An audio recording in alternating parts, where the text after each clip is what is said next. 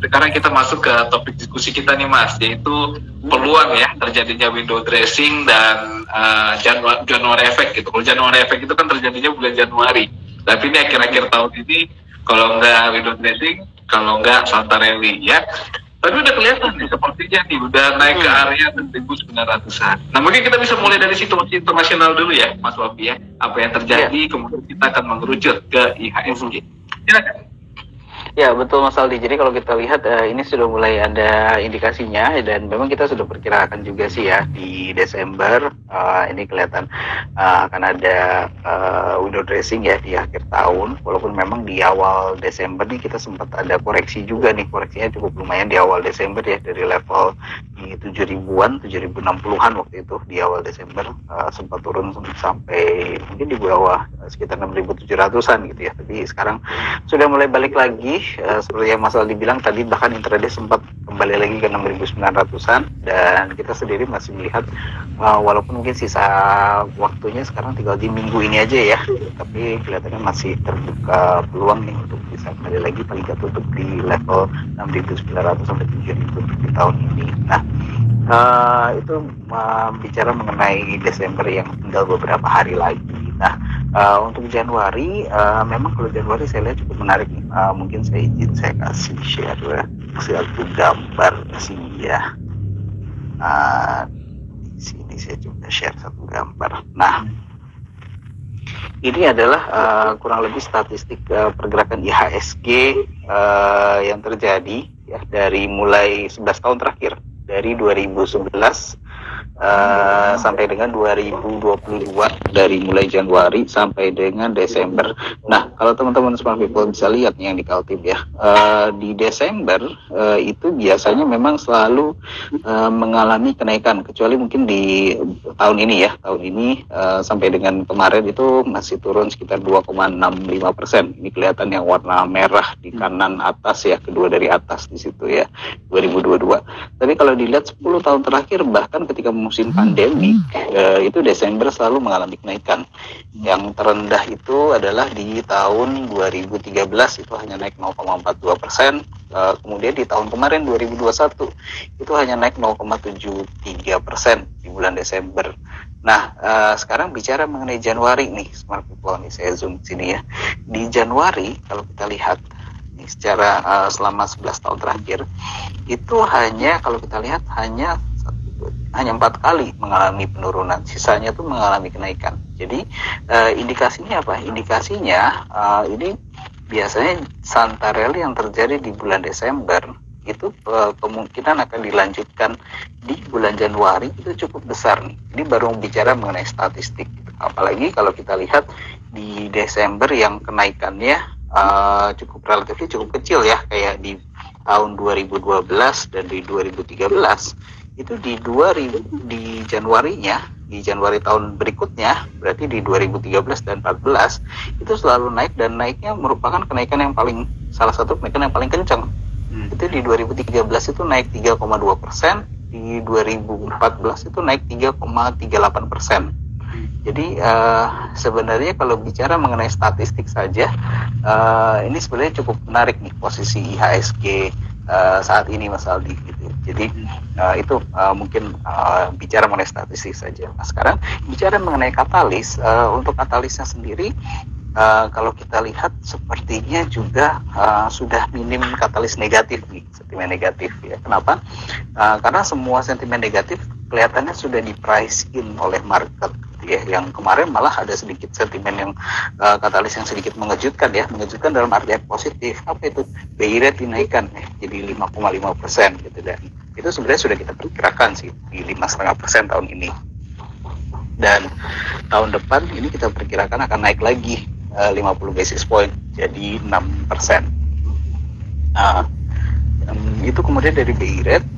Kenaikan BI rate ini sebenarnya sesuai nih dengan ekspektasi dari The Fed itu sendiri ya. Jadi bicara mengenai kondisi global di tahun depan, ini dengan asumsi tentu tidak ada kejadian extraordinary lagi ya di tahun depan gitu ya. Kelihatannya temanya di tahun 2023, nah tahun depan ini ini akan lebih ke arah recovery. Jadi so far sentimen negatifnya sudah minim.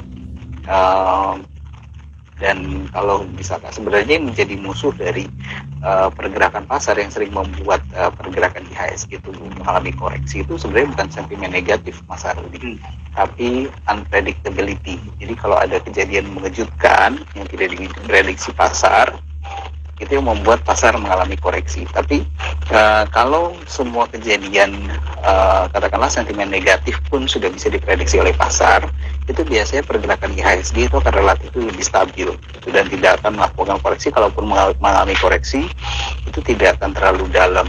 Makanya kalau kita lihat tadi ya, Januari kelihatannya masih akan melanjutkan kenaikan, dan kita sendiri masih melihat pertumbuhan IHSG di tahun depan ini masih akan mengalami kenaikan nih. Di akhir tahun depan tuh kita masih pasang target di sekitar 7.600 sampai dengan 7.700. Masih kita finalize ya angkanya.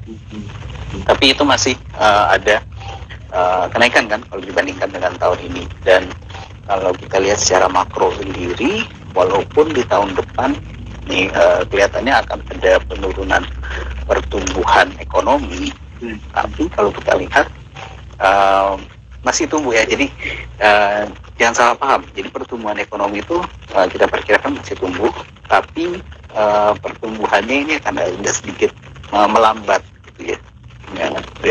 Tapi itu sudah diprediksi.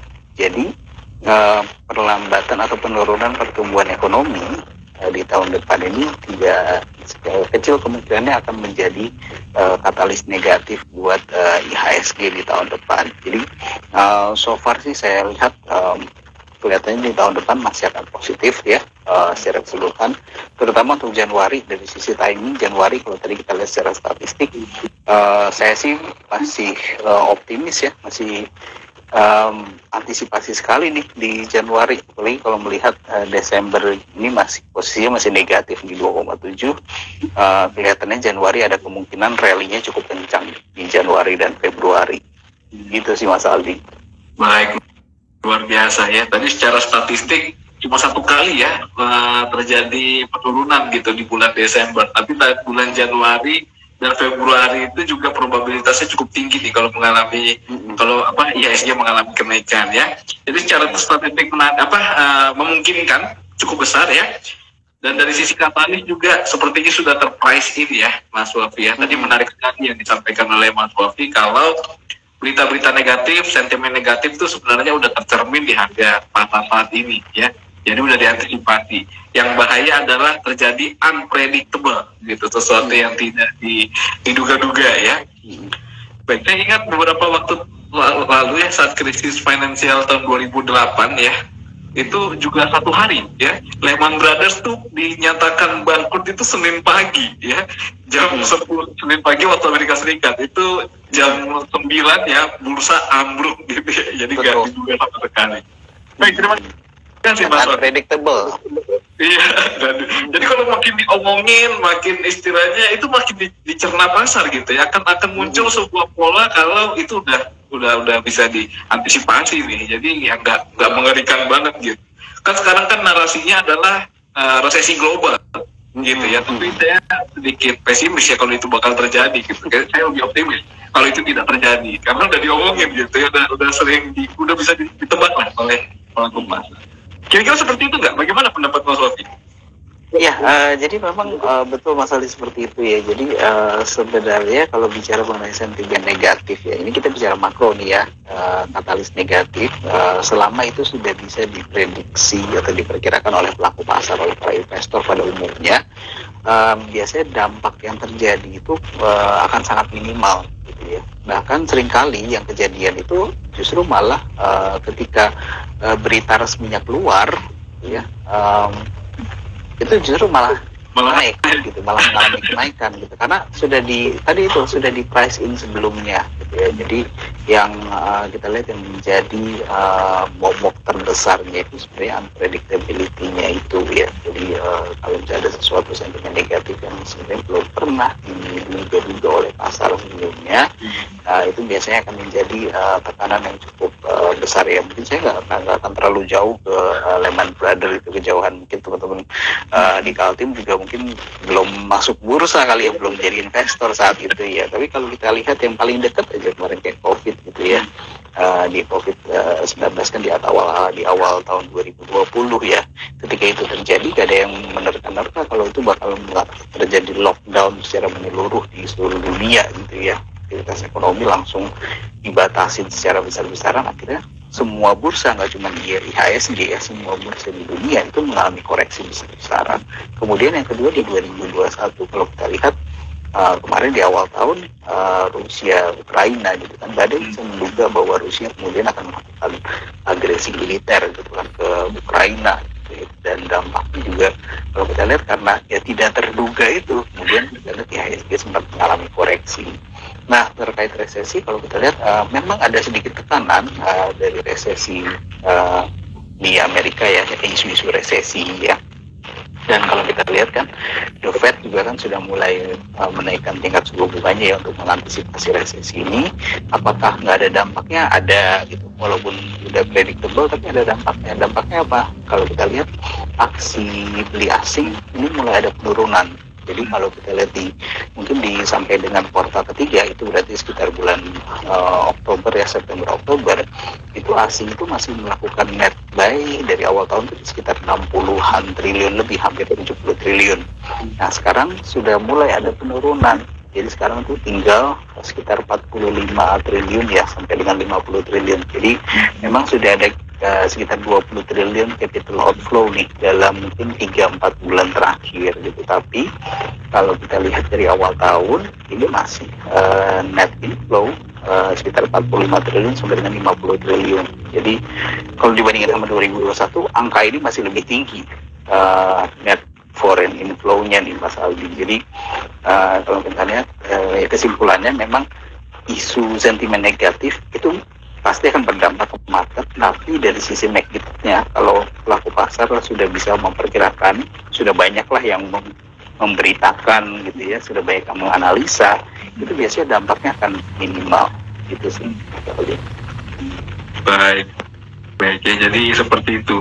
Tapi apakah tahun 2023 ini temanya masih kenaikan suku bunga nih Mas Wafi? Atau justru puncaknya nanti di 2023? Ya, jadi saya lihat memang kita di era berikutnya melihat bahwa di 2023 nanti ini tren kenaikan suku bunga masih akan berlanjut nih. BI rate aja kita perkirakan masih akan naikin 50 basis point at minimum di tahun depan. Jadi masih bisa lebih tinggi dari 50 basis point, tergantung nanti mengikuti dari kenaikan The Fed. Ya. Jadi memang bisa dibilang era suku bunga rendah ini kelihatannya udah berakhir ya, dan mungkin puncaknya akan terjadi nanti di 2023. Nah, secara makro sendiri kalau kita lihat ya, ini ngomongin makronya nih di tahun depan, ini memang kita lihat akan ada sedikit perlambatan pertumbuhan ekonomi. Kenapa? Karena lebih karena faktor dari harga komoditasnya sendiri. Jadi tahun ini kan harga komoditas masih bagus-bagusnya. Kalau Smart People lihat ya, performa dari 11 subsektor di IHSG, itu paling ciamik itu adalah performanya sektor energi itu, IDX Energy itu naik 100% lebih tahun ini gitu ya. Dan itu juga thanks to karena memang harga komoditas, terutama harga batu baranya naik cukup tinggi di tahun ini, dan bahkan lebih tinggi dibandingkan tahun kemarin. Nah, ini kita perkirakan tahun depan akan ada normalize nih. Jadi mungkin akan ada koreksi gitu ya, tapi nggak akan free fall gitu ya. Jadi bukan berarti bakal minus 100% lagi gitu tahun depan, enggak gitu ya. Jadi kita perkirakan akan ada sedikit penurunan, koreksi kembali ke level yang normal. Bagaimanapun harus menemukan equilibrium yang baru ya di harga komoditas. Itu akan membuat mungkin performa dari sektor energi akan mengalami koreksi di tahun depan, terutama dari sisi makro. Di sini kalau kita lihat dari dari ekspor kita, juga nilai ekspor kita kemungkinan akan mengalami penurunan. Plus kita lihat kan inflasi juga kan udah mengalami kenaikan ya di tahun ini, karena apa ya, thanks to harga komoditas juga gitu ya, maka inflasi kita kedorong naik gitu ya. Nah itu kita perkirakan dampaknya baru kerasa fully di tahun depan. Jadi kita perkirakan apa inflasi tinggi ini kita masih merasakan paling tidak sampai dengan Agustus. Jadi Agustus itu akan mulai normalize. Nah, problemnya adalah ketika nanti inflasinya cukup tinggi sampai dengan bulan Agustus, ini sedikit banyak akan menjadi tekanan buat pertumbuhan ekonomi. Makanya kita perkirakan, bahkan nggak cuma kita sih, pemerintah juga kan perkirakan tahun depan pertumbuhan ekonomi akan lebih lambat dibandingkan tahun ini. Gitu. Nah, itu kalau dari sisi makro global. Nah, mungkin khusus di Indonesia sendiri ya, kita perkirakan memang setelah di 2023-2024 ya, 2024 mungkin akan ada recovery di pertumbuhan ekonomi lagi yang lebih tinggi dibandingkan 2022. Kelihatannya tidak akan ada lonjakan yang cukup signifikan. Kenapa? Karena di 2024 itu bisa dibilang kan belum tahun politik ya.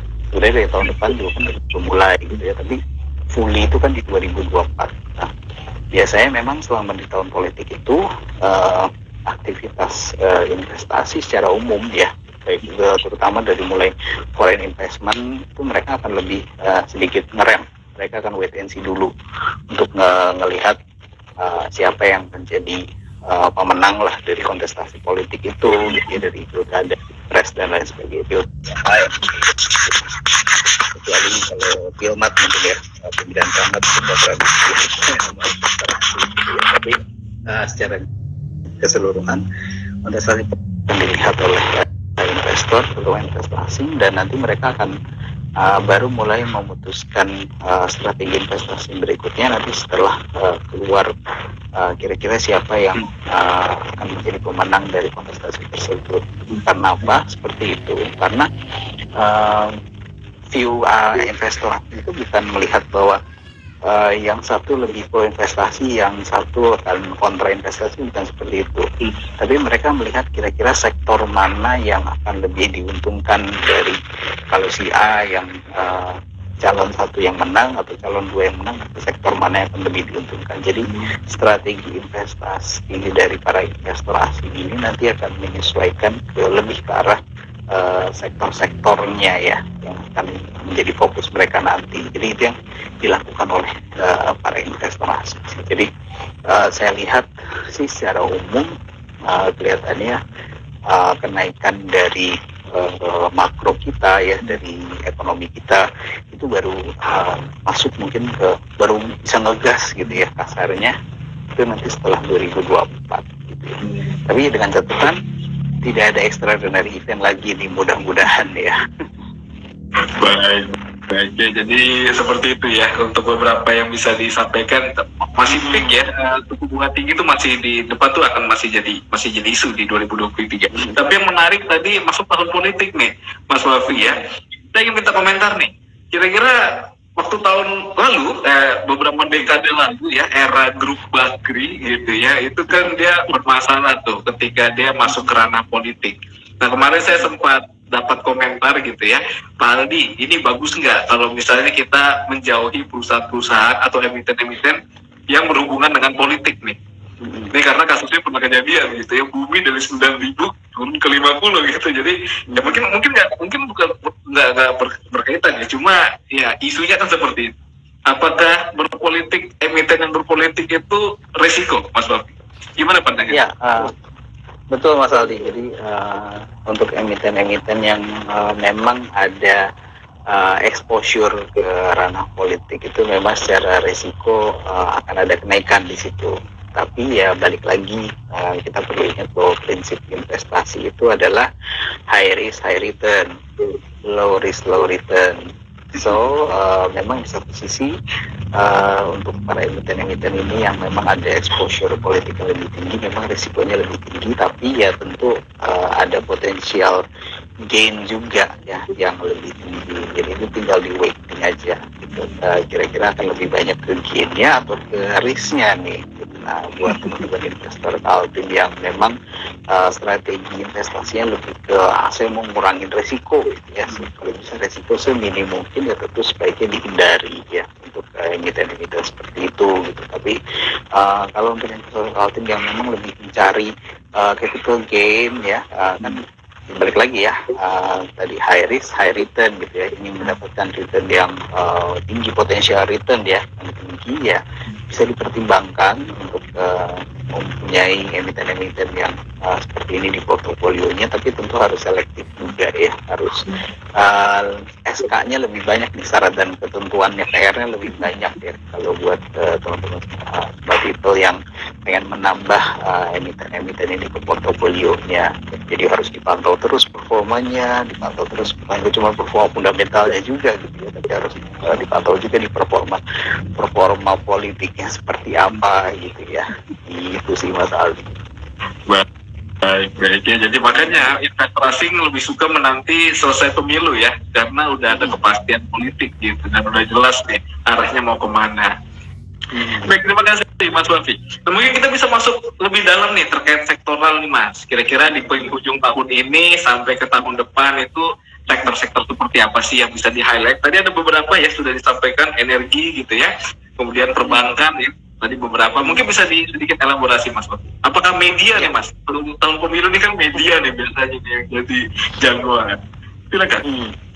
Ya, jadi gini, walaupun saya mulai dari sektor komoditas dulu nih ya, sektor komoditas pertambangan nih, kalau kita lihat memang di tahun depan kelihatannya mungkin akan ada penurunan, tapi sebenarnya dari sisi timing kalau bicara sampai dengan kuartal pertama, mungkin sampai dengan Januari, Februari, mungkin sampai dengan Maret ya paling akhir, sebenarnya emiten pertambangan ini masih cukup menarik, masih sangat menarik malah kalau saya bilang ya. Kenapa? Karena kalau kita lihat yang pertama ya, dari sisi harga komoditas sendiri di di kuartal keempat tahun ini dan di kuartal 1 tahun depan ini kelihatannya masih akan relatif lebih tinggi, karena dari sisi biasa memang secara siklus ya, harga komoditas kan relatif tinggi menjelang akhir tahun dan di awal tahun gitu ya. Nah, jadi dari sisi siklus itu pasti mendukung. Kemudian yang kedua, faktor berikutnya adalah faktor dari sisi dividennya nih. Jadi kita lihatnya kelihatannya dividen yang mohon maaf Mas Wafi, kayaknya suaranya agak kecil, mungkin boleh agak sedikit. Oh ya, agak kecil ya. Oke. Ya, yang kedua dari sisi faktor dividen Mas Aldi. Kenapa? Karena kalau kita lihat kan harga komoditas terutama pertambangan ya, dan lebih spesifik kayak batu bara itu kan harga komoditasnya juga kan cukup tinggi tahun ini, dan kelihatannya itu akan berdampak positif juga nih ke profitabilitas dan performa fundamentalnya. Otomatis kita perkirakan dari sisi dividen yield di tahun depan berarti pakai performa tahun ini ya, itu akan lebih tinggi tuh dibandingkan dividen yield dibagikan di awal tahun ini. Jadi itu akan menjadi katalis berikutnya nih buat emiten-emiten pertambangan, paling tidak sampai dengan kuartal 1. Jadi saya rasa dari sisi timing sebenarnya emiten pertambangan ini masih bisa dikoleksi, tapi memang dengan time frame jangka waktunya mungkin terbatas ya, sampai dengan kuartal 1 saja sih. Kemudian yang di sektor berikutnya kayak sektor perbankan juga sebenarnya masih positif Mas Aldi, karena kenaikan BI rate ini kita lihat ini akan berdampak positif juga ke perbankan dari sisi kenaikan net interest marginnya. Jadi interest yang dibebankan pada nasabahnya itu akan mengalami kenaikan dengan seiring dengan kenaikan tingkat suku bunga ya, atau BI rate. Memang ada resikonya penurunan jumlah kredit yang disalurkan, tapi itu biasanya nanti akan write off lah, tercover ya oleh kenaikan dari net interest margin itu. Jadi dari sisi perbankan memang tahun depan kita masih cukup suka dengan sektor perbankan. Kemudian tadi Mas Ali sempat bilang sektor media gitu ya. Media saya lihat juga memang cukup menarik di tahun depan ya, terutama dari sebenarnya data dari kuartal ketiga, akhir kuartal 3 dan kuartal keempat. Nah, itu sebenarnya sudah mulai ada sinyal positif ya dari sektor, dari data-data di emiten-emiten di sektor media ya, dan saya lihat ini kelihatannya masih akan berlanjut di 2023 nanti dari sektor media. Sama halnya dengan sektor telekomunikasi ya.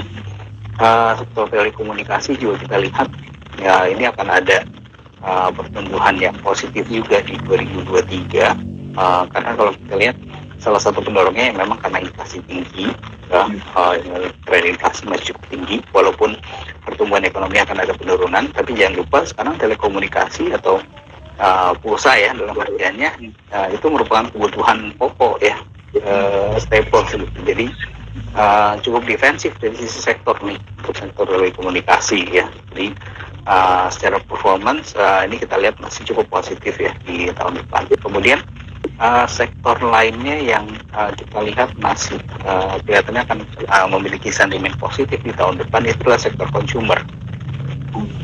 Consumer itu ya memang katalisnya karena satu defensif, kemudian cukup sederhana ya, defensif, dan juga memang inflasi tinggi itu sedikit banyak menguntungkan sektor consumer juga gitu. Plus kalau kita lihat kan harga, balik lagi nih, harga komoditas kan mulai mengalami penurunan ya, dan kita perkirakan tahun depan juga akan turun ya. Jadi otomatis biaya produksinya atau COGS-nya dari sektor consumer ini akan mengalami penurunan. Kalau biaya ongkos produksinya turun, tapi kan kalau kita lihat di tahun kemarin harganya udah pada naik nih. Biasanya kan kalau udah naikin harga agak susah buat turun ya. Jadi pakai harga baru tapi cost-nya turun. Nah, berarti nanti margin keuntungannya tahun depan bisa naik. Nah, kalau margin profitnya naik ya cuannya makin gede lah kasarnya ya buat sektor-sektor consumer ini gitu ya. Jadi itu sentimen positif ya dari sektor consumer. Retailers saya lihat memang di tahun ini, bukan di tahun ini ya, mungkin kalau kita lihat di kuartal 1 ya, ini momentumnya masih ada nih, karena di sekarang saja kan udah momentum Natal ya, itu lagi terus tahun baru, kemudian di Januari ada tahun baru Imlek, kemudian di Februarinya sudah Lebaran gitu ya. Jadi itu katalis positif semua tuh buat consumer retailers ya, consumer non staples. Nah itu makanya saya lihat bisa menjadi katalis positif buat emiten-emiten retailers paling tidak sampai dengan kuartal 1. Kalau mau di hold sampai dengan lewat dari kuartal 1, kuartal 2 sampai dengan akhir tahun misalkan, itu harus lihat performance dia di kuartal 1 sih, karena biasanya angka porsi revenue terbesar mereka tuh pas lagi momen-momen lebaran gitu. Jadi kita lihat nanti performance di lebaran, biasanya lebaran tuh nyampe harusnya sekitar 30 sampai dengan 40% porsi dari total revenue selama 1 tahun penuh. Kalau bisa nyampe itu harusnya berarti sampai dengan akhir tahun 2023 itu bisa achieve tuh targetnya. Jadi masih bisa di hold lah sampai end of year. Tapi kalau enggak, ya paling enggak bisa dapetin momentumnya dulu sampai dengan kuartal 1 yang, karena kalau kita lihat kuartal 1 ada sentimen itu tadi ya yang bisa jadi katalis positif buat consumer retailers. Sama halnya dengan sektor transportasi ya, kayak shipping gitu ya. Ini juga saya lihat akan ada sinyal positif nih paling tidak sampai dengan di kuartal 1 2023 gitu ya. Kenapa? Karena kalau kita lihat harga oil kan sekarang relatif stabil ya di 80 sampai dengan $90 per barrel.